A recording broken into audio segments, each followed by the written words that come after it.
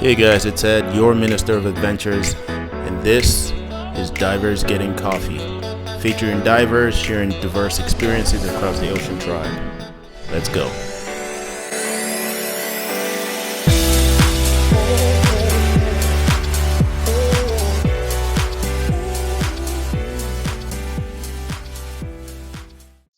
And today we have Rose Santana on Divers Getting Coffee. Let's get started. Hi. Hi, how are you? Good. How about you? Good. I was starting to panic, like, oh, did I send you the wrong Zoom info? No, my phone decided to act up like 5 minutes before I was supposed to log on. And it's like updating. It was like, hurry up. Phones and cars, they're never reliable. No. I hear you. Well, No. welcome aboard. Welcome. Thank you. Thank you for joining. I have so many questions for you, but let's get this started.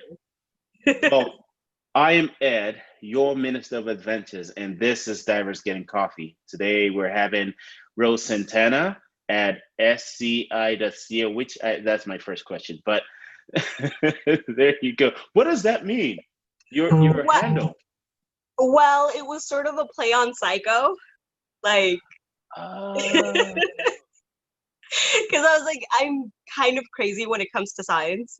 So I was like, all right, let's try to make this catchy. So I was like, psycho, when you read it out. You are super smart. For some reason, I was thinking science company. I'm like, oh, what does that mean? Science company. Well, it was supposed to be like a play on science communication. And I was just like, it's a double entendre. Who doesn't love it? That's awesome. That's like a triple entendre now. You're a marine biologist. You have work on aquatic toxicology and you know what? How about you introduce yourself?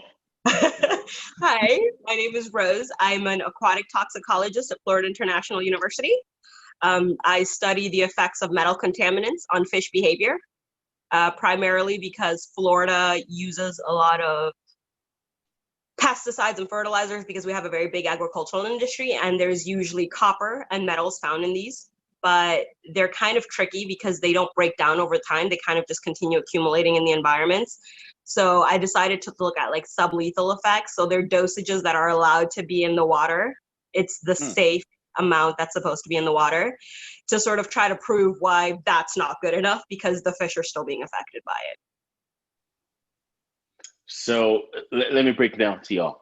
It means the fish we're eating, if you eat fish, have toxic levels of metals in them that will mess us up.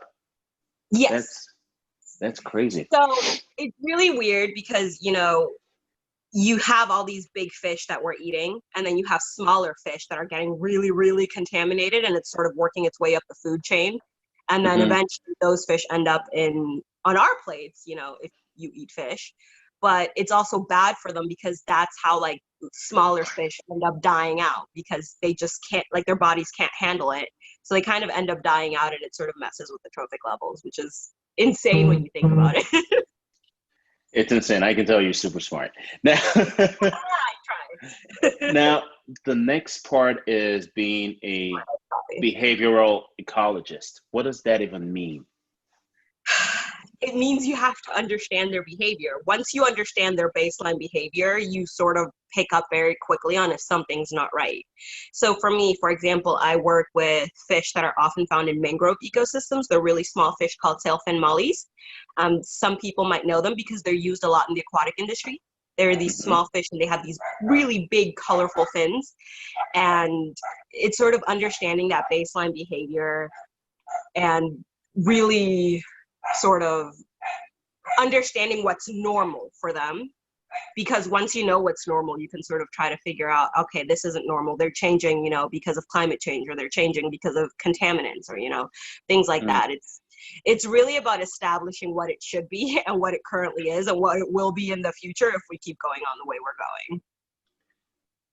Shout out to nerds. You're not just navigating to the world, you're changing it and making a better place. So exactly. Shout out. Exactly. Like to change it, what is it? Like, history always repeats itself. We have to learn from our past. It's sort of that, by learning what it's supposed to be, we can sort of help try to mitigate the changes in the future. which I think is pretty important. That's awesome. And you're based in Miami, right? Yeah. Florida International University. Yes, in Miami, That's where we awesome. You did. currently have a slew of problems with things dying and things washing up dead, and it's awful right now. It's I hear you. I've seen some of that content, and it's jaw dropping just seeing the kind of damage that's been done. But yeah, It is, and Florida. I think like people are finally starting to sort of wake up a little bit, and they're like, "Oh crap, we're sort of at the tipping point." Miami has a very big issue also with like sea level rise. So I think people are Hmm. finally at the tipping where we've reached that tipping point where people are like, "Oh, we need to do something because this isn't okay." So Now it's hopefully, time to get stuff done. yeah, we're a couple years behind, but Now I gotta ask you, being a marine biologist, being a toxicologist, and a behavioral ecologist, does that require you to be a diver? Or, I mean, it obviously you depends gotta on like what the you do. water, but It depends on what you do. I know a lot of people who do constantly go diving for work. hmm, I'm very weird because I decided very early on that I want to separate work and fun, which for me is recreational diving. And then I completely like backtracked myself and like made myself look like a hypocrite basically because then I was like, well, you know what? How about we combine science and diving? And then I started doing a whole bunch of like citizen science initiatives. So we go out and we dive on the reefs and we take reports of dying corals. We take reports of like, species diversity now. So I was like, that kind of backfired a little bit on me. I was like, I want to separate the two. And then once I got in there, I was like, how about we bring them back together? but it's cool because now you're doing stuff recreationally and you're also doing work, and not just any work. You're doing good work to help the planet. It's a conservation of good stuff, and it's not just good for the environment. It's actually good. Humans need the environment more than the environment needs humans. Yeah. It was there Yeah, I long learned that before we came into lesson the picture. last year. I learned Hmm. that lesson like intensively last year because I went to the Arctic on a research expedition and I was fortunate enough to meet some of the indigenous people that live up there, and two of them were actually a part of our research group, and I became really good friends with two of them. And sort of it's crazy when you see, the love and the respect that they have for the environment. It really brought it into perspective that, we need the environment to survive and the environment needs us to care. So it's really it's humbling to sort of actually have a deeper appreciation for that. That's an excellent way to put it. We need the environment to survive, and the environment needs us to care. Because, well, I mean, I can't add anything to that. That's the best. That's an excellent way to put it. I love that. I love that. Um, Now, first of all, did you go when you went to the Antarctica or The Antarctic? Arctic, up north. The Arctic, yeah, up north. Did you get to dive? No. And I really wanted to. It was sort of one of the things they couldn't let us do because of safety reasons. And Yeah. then we pulled a bucket of water out from the ocean and it was so cold and I was just like, nope, I'll watch it from up here. That's actually something on my bucket list to dive in Antarctica. My Nigerian accent keeps kicking in. How do you say it? Antarctica, Antarctica? What is it? Which one is it? Antarctica. There's Okay. Antarctic and then there's the Arctic. Yeah, there's Antarctic and there's the Arctic, but it's like when I try to say it's like Antarctica, I'm like, wait, where's the T in it? And Antarctica, and I'm like, wait, I'm not British. So It's me with animal. The word animal, I cannot pronounce it unless I'm thinking about it. Like if I'm trying to say something, I always say aminal, and everyone always makes fun of me.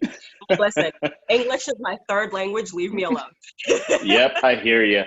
Basically, the one in the south, or basically the coldest parts. I just have a thing for diving down there. So, anyways, a side story. Now, question: Yes.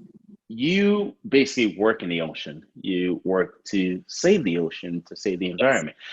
Did you start diving before you started doing this, or did you do this, or did you start diving because you started, pursuing marine biology and toxicology, and what's the case? What got you started in diving? And It, what's your love for the ocean? Why? Tell me that moment you like, yes, this is it. So this actually goes back. I'm about to date myself. 12 years. 12 years? Yeah, something like maybe longer. No, shit. It goes back a long time. So I'm 26 years old now. When I was 8, I told my parents, like, I'm going to be a marine biologist. And my parents were like, all right, that's nice, honey. But it's really funny because technically my parents kind of met because of the water. So they both worked at a resort in Dominican Republic, which is where I'm from. And my father's from Germany, and he ran like the dive tours, and my mom handled like the equipment and the rental stuff. So that's how they met. So it's kind of funny. Like, we joke around in my family that I was always destined to be like a water child. Just because of this. But I think that very first moment where it really clicked, I would go out with my grandfather, who was a fisherman growing up, and he would take me on his boats on Sundays. And I remember going out there and just being fascinated by low tide and when the tide just pulled away. And I would like go out and collect like jellyfish that were left behind, and I would put them in buckets and try to take them home. Note to self, you can't do that. They won't survive. I learned that the hard way, but that was like my first moment where I was like, wow, I want to learn more about all of this and how it works. The jellyfish, show me everything. But but they put me on the map, so it's for science. That's awesome. And and that was in the Dominican Republic. Mm-hmm. Oh, that's awesome. Good diving out there too. I hear. I've been once. I haven't been. I haven't been more than once, and the one time Wow. I went, it was in a very touristy area. But we weren't there for very long. Like, I try to go back like twice a year, but we weren't there for very long at that point. And that was like all I could do. And I was like, oh, I kind of want to come back and go diving like where there's no tourists. I sound so bad. I don't hate the tourists. It's just, no, I like less crowded areas. I feel you. And you're looking for an experience that's a little more I don't want to say authentic, for lack of a better word, just more unique and more interesting and more natural. It's not it hasn't been curated to basically just drawing tourists. So I respect that. Yeah, whenever I go to a new place, because for me, traveling is a really big thing. It sounds so pretentious, but I kind of like going where the locals are and just learning about the different cultures. Because I feel like the cultures tell a story of why things are the way they are. So I'm like super fascinated by other people's culture. I'm like, oh, people are like, why are you so weird? And I was like, I just want to learn.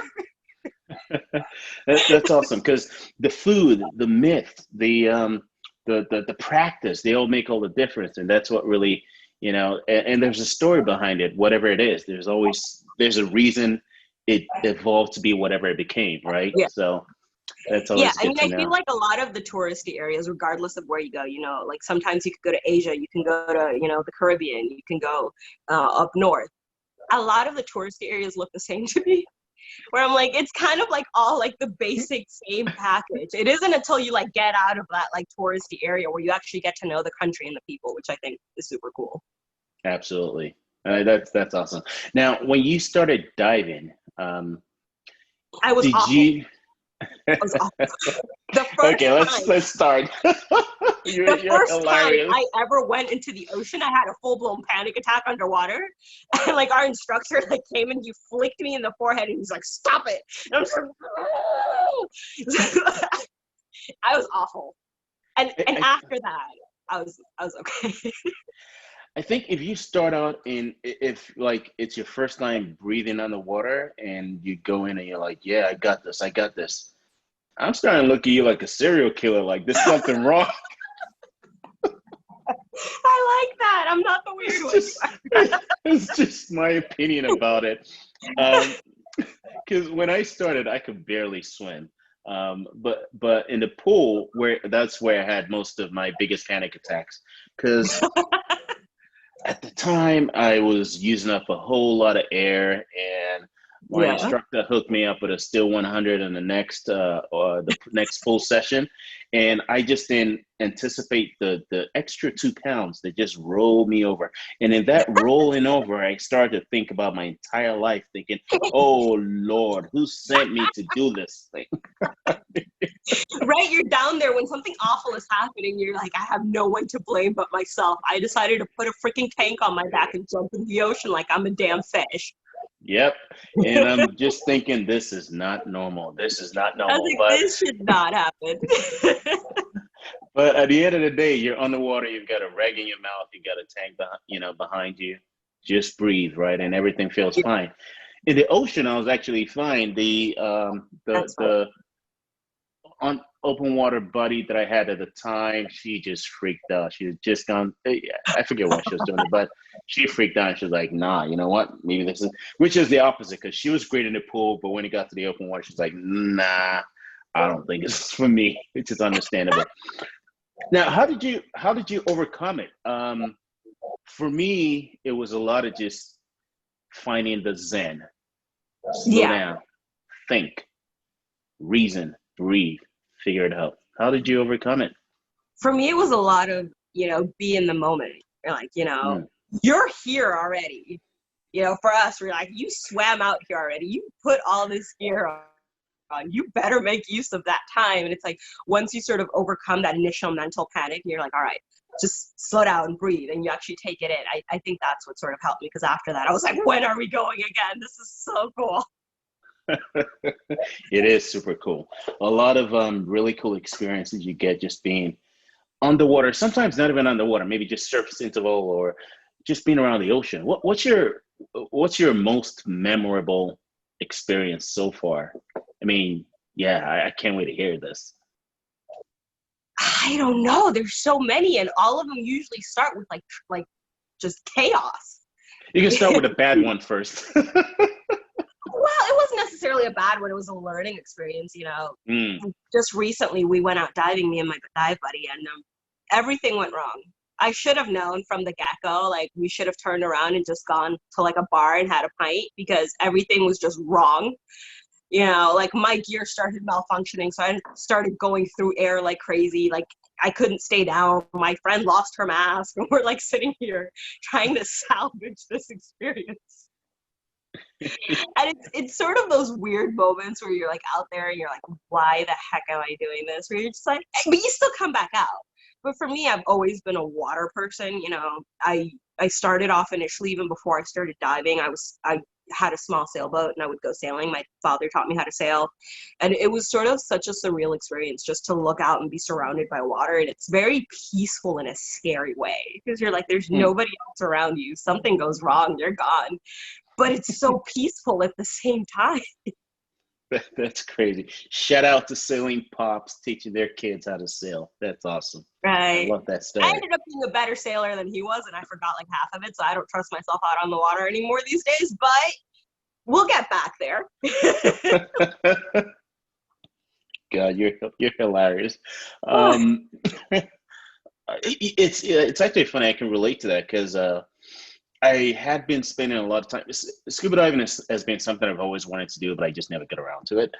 And I had been spending a lot of time on the ocean, just sailing and doing these trips. And one day I just kind of went over and signed up. Like, hey, you know what? I don't have any time now, but just call me whenever there's a class. And then 2 months later, they're like, yeah, there's a class coming up. And I thought I was just gonna do the open water and just kind of like dive on vacations. Then next thing you know, I was kind of diving every weekend. I ditched sailing, and yeah, I the love rest it. is history. It pulls you in, it's like once you get a taste of it, it's like really hard to stay away. Whenever I'm out on the water, I'm always complaining. I was like, salty, my face is dry, like my hair's all knotted up. Why am I doing this? And then I get out there and I'm like, now I remember why. Like, ironically, I used to take my dog sailing with me, and once she jumped off the ship and we were by ourselves, so I'm holding on to the freaking rail, like to the sails. I'm holding on, like trying to get my dog back in the water. Like, why am I doing this? This isn't right. That was the last time I took her out. Oh my god, that's funny. Yeah, that, She's just like, that's oh, let's go fish. And all I hear is a flop, and she's gone. And I was like, no, like come back. and those sailboats are so deceptively. They look slow, but yeah, jump off of it, and next thing you know, they're Yep. like a mile down the ocean. They're Um, so fast. but the moral of your most memorable experience is really cool. It's sometimes you're just having a shitty day, you're just having a shitty day where you wish, I just kind of, maybe we shouldn't have gone on this dive. And I hear that because that happens. Um, but the most important thing is what you said. As long as you come back safe, it's a Yeah. teachable moment, and you kind of like watch out for those signs, and you learn to dive another day. Or It you makes learn you a better diver, I think. I don't trust exactly. someone who hasn't had a meltdown underwater because I'm like, I don't know how you're gonna react once shit hits the fan. Yeah, yeah. Was it last month, a couple months ago? I was in Aruba. Ooh. First, so I dive at a den first stage, and a lot of dive centers don't have it. But I used then they had then the convertible ones. I plugged it in. The threading was a little off. I'm like, all right, fine. And as soon as I put my BCD on, I realized, ooh, I can hear the hiss. It's hissing out. Ah, I go in the that's my water. least favorite sound. Yeah, like let's go in. Let's see how bad it is. I go down. My buddy was like, "Ooh, that looks bad." I tell I, t- I tell the dive guy like, "Hey man, I got a leak, but it's okay. We're only going to 60 feet." For me, it wasn't. You know, rewind a few years, I would have been panicking like, "Get me out of here!" But we had a plan, so we went down. We did the actual dive on the wreck. It was pretty cool. Then on the way back, just doing our um, safety stop. Mhm. I was like really getting low, and I'm like, we're right by the boat, and he keeps going like, oh, there's this something I gotta show you. Okay, and then I go for another 5 minutes, and I was like, yo, I gotta go, man. You guys keep going. Show me the boat. I'm going back out. you know? It's usually me. I'm usually the first one to run out of air. Hey, you know what? You've been down 30, 40, 50 minutes. It's enough. You can go back and dive again. I don't try to stretch it longer than it necessarily needs to be. So, No. Last time we were out, I was running like ridiculously low on air, and I was like, "We gotta go back." And my friend, who's like a huge shark nerd, turns around and she sees like a nurse shark, and then she's like circling around the nurse shark, and I'm like, "I'm going back. I don't have yeah, time for this." because you got to know when to call it. You got to know when to like, you know what? If you guys want to go, if it's a group, fine. You guys go ahead. I'm gonna Yeah, head back out. you know, you're and not I got out. catching. Yeah, and I got out, and I was like almost empty. And I was like, and he was like, "Oh yeah, it's impossible." Like, dude, I told you my first stage is leaking. Like, what did you expect? Gotta love it. You gotta love it. uh, that's what's on your bucket list. Top two, maybe top five if you have a long one, but top two at least. I don't have a top five. I just want to do everything. I definitely want to do cold water diving. I with the proper gear, I think I'll Ooh, be okay. never So done? no, I haven't done cold water yet. So I was hoping to go up to Canada this year to go do some cold water, but then COVID happened and Canada closed the borders and they were like, nah, you can't come in. You can't hang with us. I was like, okay. I haven't done any wreck dives yet, which I'm super bummed about because they're like hmm everywhere here. I just haven't had the chance to go out on one. So I definitely want to do a wreck dive and like a cold water dive. hmm And maybe if I'm brave enough, like an ice dive in a lake. Ooh, that's something. Yeah. I was just Like maybe talking. like 5 years when I'm more comfortable. That's kind of the beauty of starting out diving in California because the waters here are temperate. It's like 60s, 50s, 40s if you get deep enough, or if it's the right time of the year. Mhm. But the cool thing is when you are used to diving out here out in California, currents can be strong. This can Mhm. be crappy. It has its good moments. You really go out there like, oh my god, this is amazing. But then when you go out to like the Bahamas, you're like, this is it, so it's really cool. Because Yeah. the very first place I went diving outside of California was in Iceland Oh, and so far, yeah, oh, Iceland is beautiful. it was amazing. It was incredible. But after that, I made it a point. I am only going warm water diving. After this, nothing more. I have a a feeling that's going to be me, but I want to try it at least. After that, I'm like, nah, warm water only, man. I can't do this. But it's the only What I other love place about the ocean is the fact Mhm. that I feel like regardless of where you go, you can have like so many different places and you're doing the same thing. You're diving, but the scenery is just completely different. Absolutely. Scenery is different, the conditions are different, the experience is different. Yeah. And especially, with what you do, the ecosystem kind of changes as well. So, oh, yeah, there's just so much to it. There's so much. It's Right? Isn't amazing. it crazy? This, well, not the same ocean, but the ocean, like depending Hmm. on where you are, it can be completely different, and that always blows my mind. I love it. Now, I understand what drew you to the ocean originally, right? What drew you to the science of the ocean, the marine biology and the toxicology, and how did you flip into that? I don't think I actually knew what I was getting myself into. To be perfectly honest, I was kind of just like, well, I want to study the ocean. I didn't necessarily know what that meant. Even when I started, so it's really funny because I have two degrees. I graduated in Germany with a degree in biotechnology. Mhm. A lot of stuff happened. I moved to the US. I didn't know I could use my degree here, so I went out and got a degree in marine biology because I was like, all right, time to do it the right way now and get a degree in marine biology. And even once I was at that point that I started my second degree, I still had no idea what I actually wanted to study. And I actually got into toxicology completely on accident. So I was taking a class, and one of the teaching instructors for the class was a master's student. And I Mhm. joked at her and I was like, hey, you should give me a job. And she's like, do you need a job? Because I have an opening. And I was like, oh, crap. I didn't, okay. It was like completely on accident. And that's how I started working in the lab. But I was so fascinated, with the world of ecotoxicology and like contaminant, because we always talk about plastic pollution and, we talk about like marine debris and stuff you see in the ocean, but we don't really talk about the things we don't see that are still there. We don't talk Mm. about chemical pollution. We don't talk about the metal pollution or, a big thing that's come out now is like pharmaceutical runoff, that now there's fish being found, with like high amounts of like antidepressants or heart medication, So, and Y- it's that crazy. explains it. We got suicidal fish out there.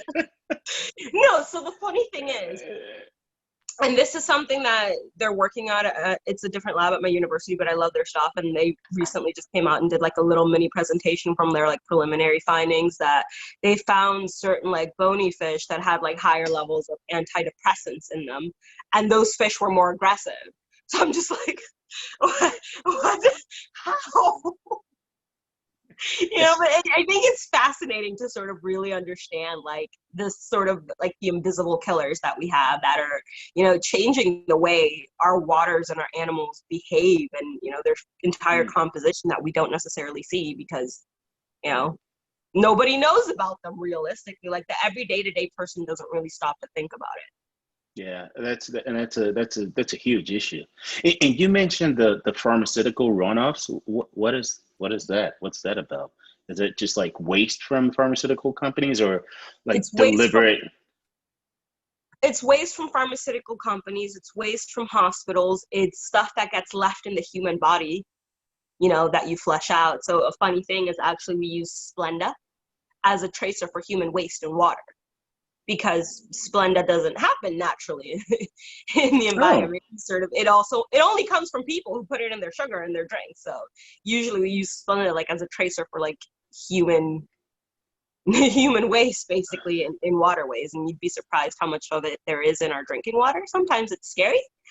You're like, wow. oh, that's nice. There's Splenda in this water. I know where it comes from. That's gross. But Yeah. If there's so splendor in it, what else is in it? yeah, a lot of stuff. So the sad thing is, ever since I started actually looking at like water, especially like fresh water and drinking water, I'm terrified of tap water. Wow. I'm like, I Does know what's in there. You don't want to drink that. does the what's it called again? Does it help the I'm trying to remember what the filter, like the filter pitchers, do they The help? filters help. The filters Okay. definitely help. Yeah. it gets a lot of gunk out that's usually in the waters, even though it's technically clean.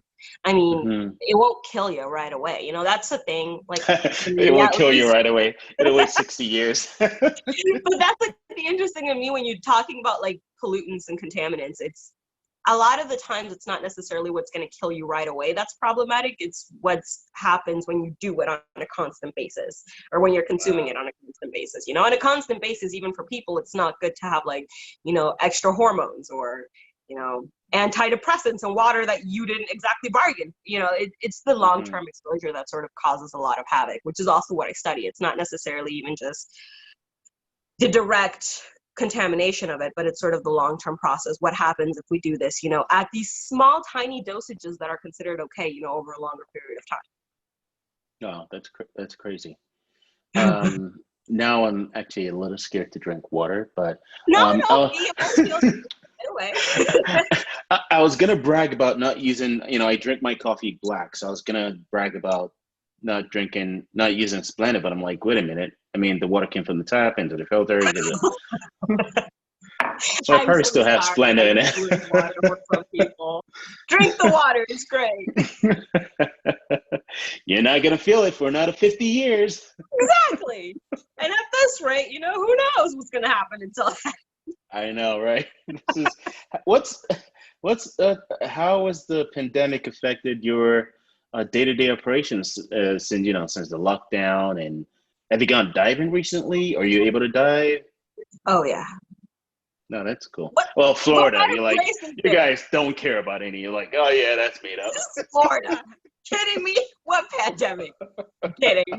No, but realistically, what better way to self-quarantine than attached to your own air source underwater? Yeah, yeah, And you know, 0%, zero exactly. percent.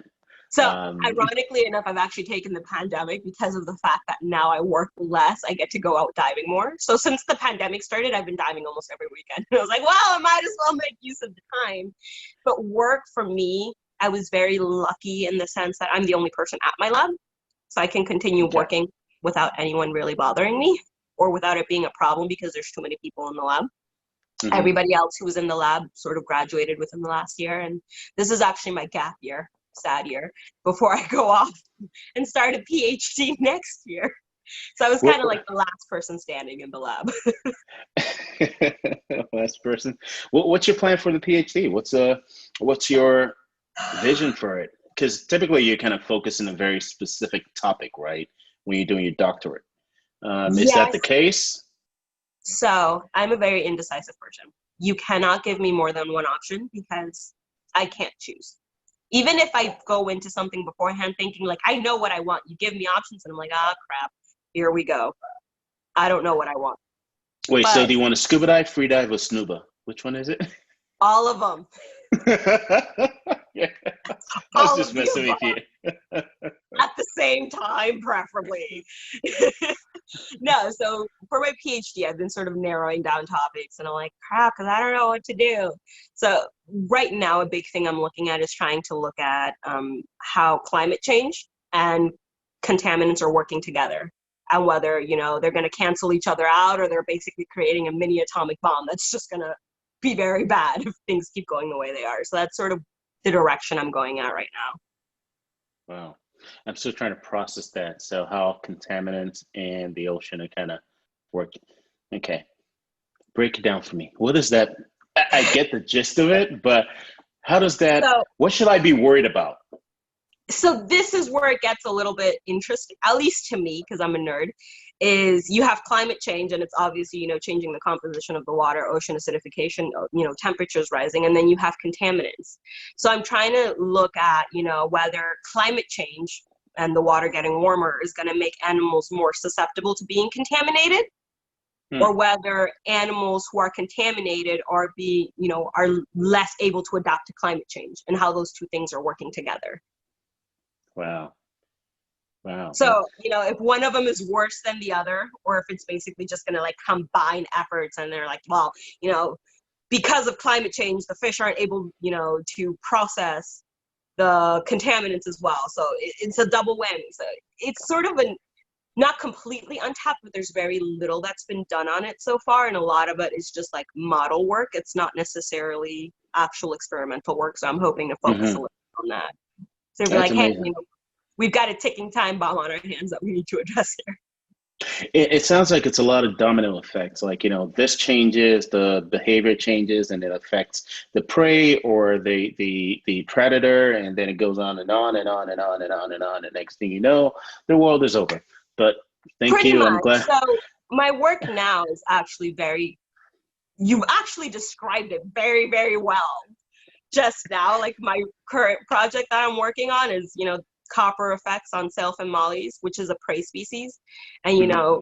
if they change their behavior and they're not able to forage as well or find mates, how is that going to affect predator-prey interactions? So I actually found that, I think this is really cool, and nobody was as excited as I was about it, that within sailfin mollies, males are more affected than females, Hmm. which sucks Interesting. because the male to female ratio is already way off. For like every 10 females out there's one male. So it sucks that now they're being affected more. But even at very low concentrations that are like regulated by the EPA, and they say like this is safe to be in the waterways, they completely alter their behavior and they can't sense predators in the water. So we would Wow. have fish that were contaminated swim right up to the predator. And I'm just like, oh no. So for my first part of the experiment, I actually had the predator in a box to test like the different senses. And the predator was like in a glass box trying to get the fish, and the fish is just like swimming up to it. And I'm like, you are so Uh, lucky I put him in a box, or else you would have been breakfast, lunch, and dinner. it's like a bad case of Tom and Jerry. It's such a bad case.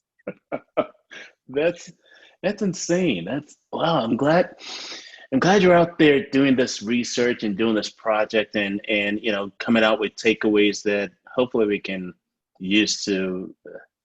I mean, such the issues are such a huge scale. I want to think the biggest contribution is, well, first of all, commercial stuff, pharmaceutical stuff, then also just the sheer volume of human, well, waste and whatnot. Um, Yeah. if there's one thing, say, there's obviously a long list of things we need to change, but if there's one thing you would love to see as a conservationist, as someone who's working actively to save the planet and save humanity, if there's one thing you want to see change, what will that be? Like just something that's probably very accessible that we can probably change real quick, maybe behaviorally or whatever it is. What is that one thing you would call out? I mean, it's just to sort of be a little bit more conscious of the environment. Everybody, what's the saying? Nobody can do everything, but everyone can do something.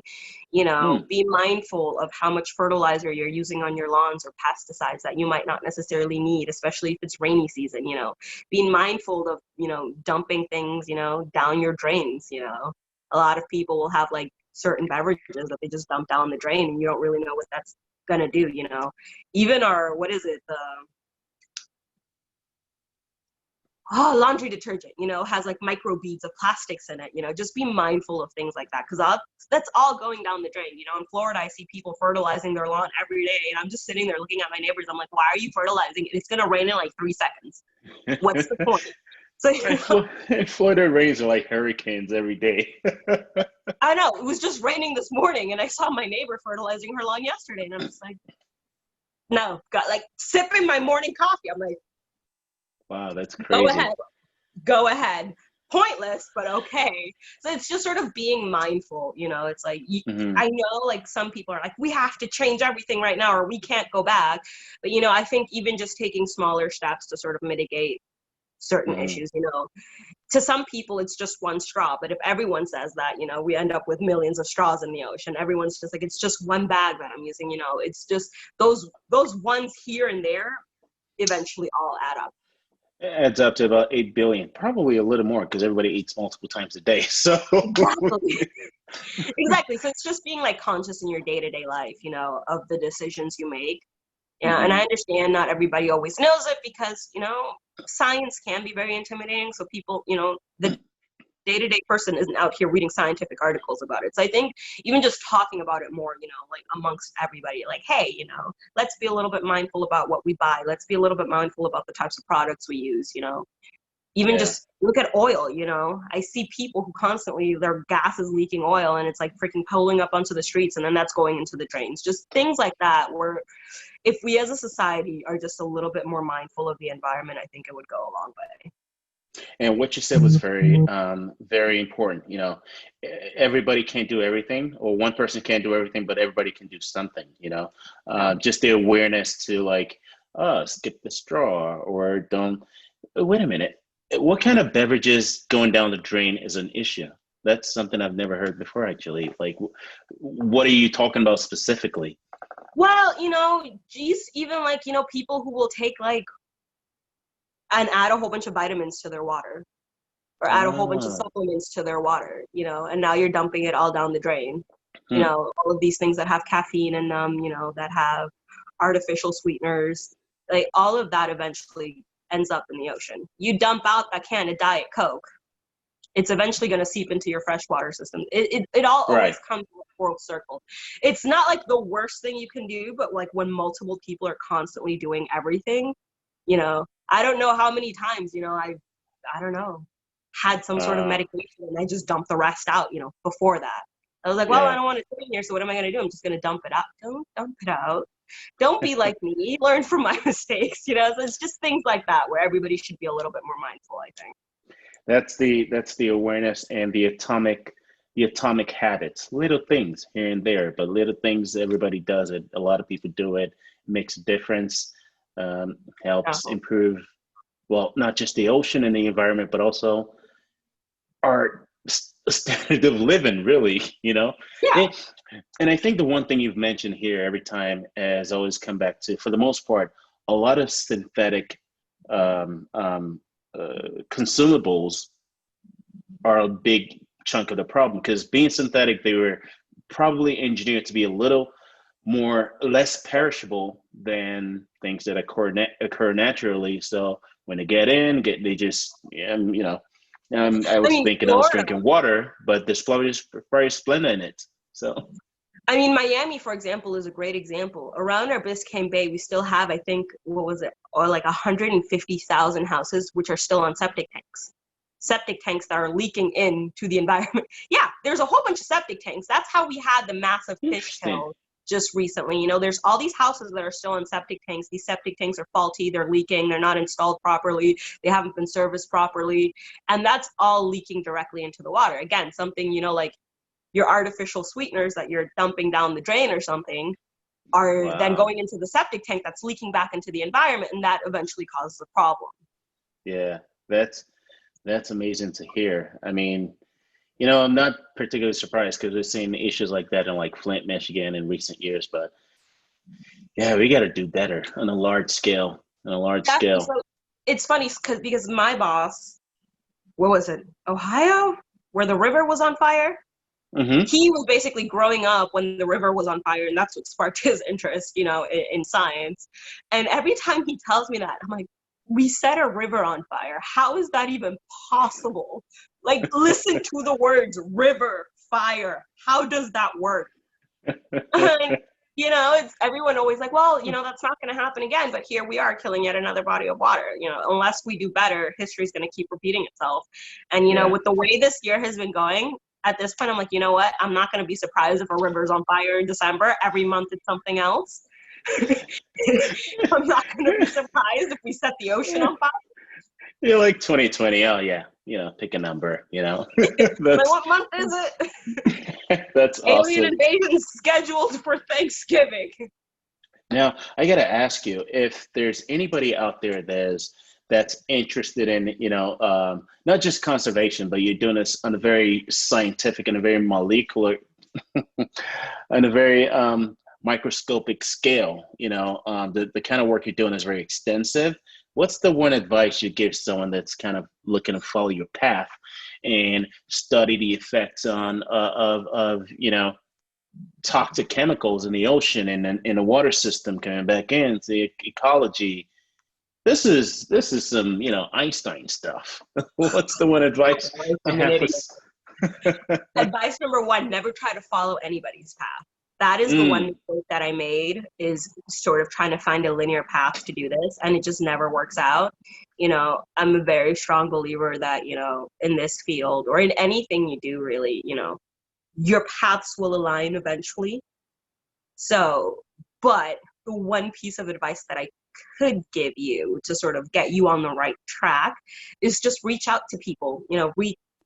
This sounds really off because, some people are like, well, we don't want to read scientific papers. Look up articles that people have written, or just look for something that really interests you and try to find someone like that around you and reach out to them. A lot of the times I found that people are very helpful. So, you approach someone, you're like, hey, I want to learn more about your work. 9 times out of 10, they're more than happy to talk to you about it. I've wow. had people ask me, and I've given them tours of the lab, and I've explained to them what we do. It's really just reach out, try to talk to as many different types of people, because you're never going to know where your passion's going to be. You'd have asked me Mm. 5 years ago, is this what I want to do? I'm like, mm. But now it's the one thing where I'm like, this is so cool. So it's like, don't try to pigeonhole yourself by like trying to follow like a specific path that wasn't necessarily meant for you. You'll find your own path. Find your own path. That's awesome. Next time I'm in Florida, I definitely got to get a tour of the lab and see Yes, how yes. and learn. But that's a very important thing you mentioned, because, well, if anyone's watching this and you're interested in this field, you know who to reach out to. You've got Rose Santana right here at scie.cl. Psycho. That's that's funny. Where else can we find you online? Do you have a blog or YouTube or anything else going on? So I have a blog, it's psycho.org, where I kind of just post ramblings and sort of day-to-day life stuff at the lab. Okay, that's good to know. Yeah, that's But where I usually post most of my stuff. it's Psycho, like SC, the regular Psycho, or SCIE? SCI, Okay. SCIECO.org. I don't remember how to spell that for a second. That's awesome. Last question, real quick. Yeah. Oh no, it's not a question. It's just something. So you mentioned earlier that you haven't been on a wreck dive. I was talking to Caitlin the other day. See Caitlin McCall. She Mm-hmm. is based out of Fort Lauderdale, Florida, Oh, and sweet. she went on a two. I forget, it's called Wreck Trek or something. It's basically like 3 wrecks, kind of Oh, almost sweet. side by side, 200 meters or 200 feet away from each other. Typically, the current just kind of drifts and takes you from one wreck to the other. You kind of go around, circle, move on to the next one.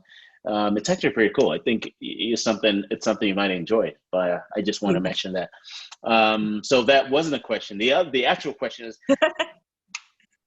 tell us something we don't know about you. What's a fun fact about Rose? It's a fun fact about me. Gosh, I don't know. I speak 3 languages. My What French has what gotten and what? shot. Okay. I speak English, German, and Spanish. Ah, Yeah, my French has gotten really weird. I used to want to be a baker interesting. until I had to get up at 2 a.m. and go bake cakes. And then I did that for a week, and I was like, absolutely not happening. You would rather get up at 4 a.m. to go on a boat dive.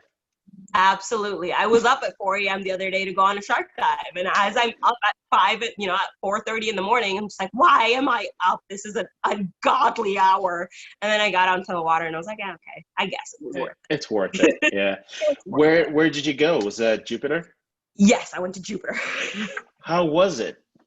Absolutely amazing. The water was awful. It was just not calm. The Mother Ocean was not on our side. It was very Wow. rough. A lot of us got sick, but it's like once you get into the water, you're like, all right, I guess Yeah. I can be sick for 2 hours. It's fine. That's But funny. we were out there filming an episode of Changing Seas. Hmm. So it was really cool to actually just be out there and talk to everybody. I feel like I've seen that before. I feel like I've seen a preview of It's on Changing Seas. PBS. What's it about? Oh yeah, on PBS. Yeah. Oh, Yeah, it's that's just cool. about different like conservational issues that are happening all around the world. And a friend of mine, Hannah, who's the founder of the American Shark Conservancy, was being featured on that episode. So we were That's out there awesome. doing some shark surveys. So what did you learn? What did you learn from this episode, and what did you learn from that experience about changing seas? I learned that lemon sharks have no boundaries. Like personal Absolutely. space. Hold it. Personal space. Nope, no personal space. They just get into your face, and they warned me beforehand. They're like, Wow. they're not gonna like respect your personal space. And then I was like face to face with a lemon shark. I'm like, go away. There's a That's lot of crazy. jellyfish in the water. We were in the water. There was 2 bull sharks, I believe. It was 2 or 1, I can't remember. And we all got attacked by jellyfish. So it's like, I love the irony of this. We're in the water with the bull shark, and the jellyfish is the most dangerous thing that happened to us. That's crazy. And that's the one reason sometimes I try to use rash guards, or like even on a tropical dive, try to go with maybe 3 mil shorties. But now I'm just like, you know what? I'm just going with a full suit, 5 mil. Hopefully it wears down so I don't have to, so it's not too bad. But yeah, So, what do you dive with in Florida? what? What, What am I what, what, diving with? yeah, what I mean, thickness of mostly, wetsuit do you dive with? I don't. You I made guys are that crazy. mistake. I use a rash guard. Yeah. And just like shorts because I'm like, the water is great. Why would I cover up? It's great. Nope, I know. definitely need one. I mean, the sad part is one of the people that was on she was actually one of the producers for the episode. Hmm. She was wearing a full wetsuit, and the jellyfish got her right here. So we're like, Oh, no. yeah. I think I just got soft, So Yeah. because I was like, that sucks. especially like out here, I'm diving with like a 7 mil full wetsuit, a 5 mil vest and a hoodie. Then I go to like Cozumel, like, oh, I'm kind of cold in this 3 millimeter shorty. So, That's great. I love it. I oh, think I'm that's awesome. spoiled because I dive in Florida, so I'm just like, wetsuit for what? Have you been in the water? It's great. And then the moment you leave her, you're like, oh, I can't. Maybe once in a while. I mean, I don't even dive in California as much, but once in a while, maybe I'll see someone not wear a hoodie. But typically, you see them cut the dive short because they're like, "Nah, this is too cold. I'm going out. Nah, that would nah." be me. That would be me. I was trying to go diving in Canada. I was like, do I need a wetsuit? And they're like, yeah, You you need do. you need a dry suit. I was like, on a scale from 1 to 10, how much do I really need this wetsuit? Oh yeah, that I can't even imagine. That'd be yeah, because that'd be cold. But I keep hearing that. I need to test it for myself. I need to go out there and freeze first and be like, all right, yep, need a wetsuit. yep, there's only one way to find out. Just got to do it for yourself. Just go out. Oh, that's awesome. You're so funny, so smart, such a Thank great you. conversationalist. Thank you for coming on. I Thank you really for had a having lot of fun just talking to you and learning a lot, actually. I learned a ton of stuff today about how I think my water is clean even after I filtered it, but there's probably Splenda in it. me. I'm so sorry.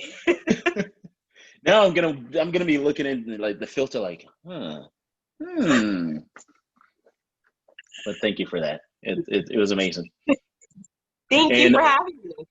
that's awesome. And we can find you on Instagram at scie.co, aka psycho. But and scieco.org, your Yes. blog. Awesome. Yes. Thank you so much, Rose. It's been a wonderful time just talking to you and getting to know you a little bit more. And hopefully someday soon I'll be in Florida. I'll definitely want to check out the lab, and I'll be definitely pinging you about dive sites in Yes, Florida. definitely. And hopefully I'll be able to make it to California if this pandemic ever ends. Absolutely. Here, I know. Deep breath. 2030 will be like, remember when it started in 2020? Oh, what a year. Oh, 2020. It's been a lot of fun. Thank you for It's jumping been on. amazing. Enjoy the rest of the evening. Thank you, you too. Bye. Bye. Uh,